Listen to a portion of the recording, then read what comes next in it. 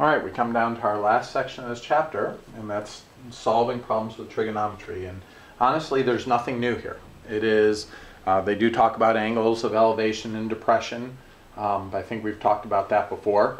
An angle of elevation is if I was looking flat, how far up am I looking? So that's the angle of elevation. If I have an angle of depression, it's if I was looking flat, how far down am I looking? So that's the angle of depression.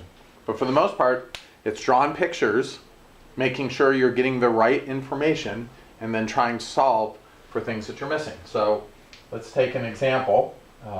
Look at example 3 in your book on page 427. It says that a large helium-filled penguin is moored at the beginning of a parade route awaiting the start of the parade. 2 cables attached to the underside of the penguin make angles of 48 and 40 degrees with the ground. So it's nice that they already give us a little picture here. Well, not supposed to go up there. So that's 48 degrees. That's 40 degrees. The cables are attached to the ground 10 feet from each other. So that's 10 feet. And how far above the ground is the penguin? So they would like to find out what h is.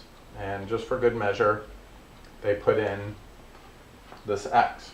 And so if I was setting something up like that, I would notice in this first triangle, I have 2 values, x and h, and 48. And since this is opposite and adjacent, I could say the tangent of 48 equals h over x.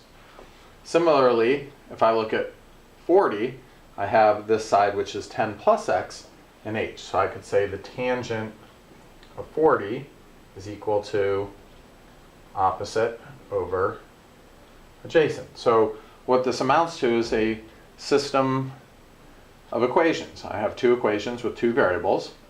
So I could say from this equation that h is equal to x times the tangent of 48, and then plug that in for this x, and I'm going to move up a little bit, say, I guess I'd be putting it in for h, excuse me, but if I cross multiply, I'd be saying 10 plus x times the tangent of 40 is equal to x times the tangent of 48. And if I'm trying to solve for x here, 10 tan 40 plus the tangent of 40x equals x times the tangent of 48. Running out of space. Put that h in here. Get x by itself, so if I bring this over to that side, I could say 10 times the tangent of 40 equals, I'm going to factor out the x, and I'll have tangent of 48 minus the tangent of 40. And then bring that over here, and ultimately x is equal to 10 times the tangent of 40 over the tangent of 48 minus the tangent of 40. Now the bad part of all of that work is the thing I didn't need was x, I needed h. So whatever value I get for x, I'm going to plug back into this equation to get what h is.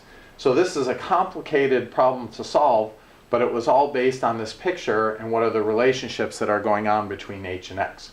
So each example is completely different. It's hard for me to do them all, but it's the biggest key is draw a picture, notice the relationships, things like adjacent and opposite, which trig function is that, and then go from there. So this will be a big one in class that you'll just be working, setting them up. And the biggest questions for me then that you'll ask is, hey, did I set it up right? The actual solving for the variable should not be as challenging as the setup. So that's going to wind up this chapter, so hopefully you're feeling good about everything that we did.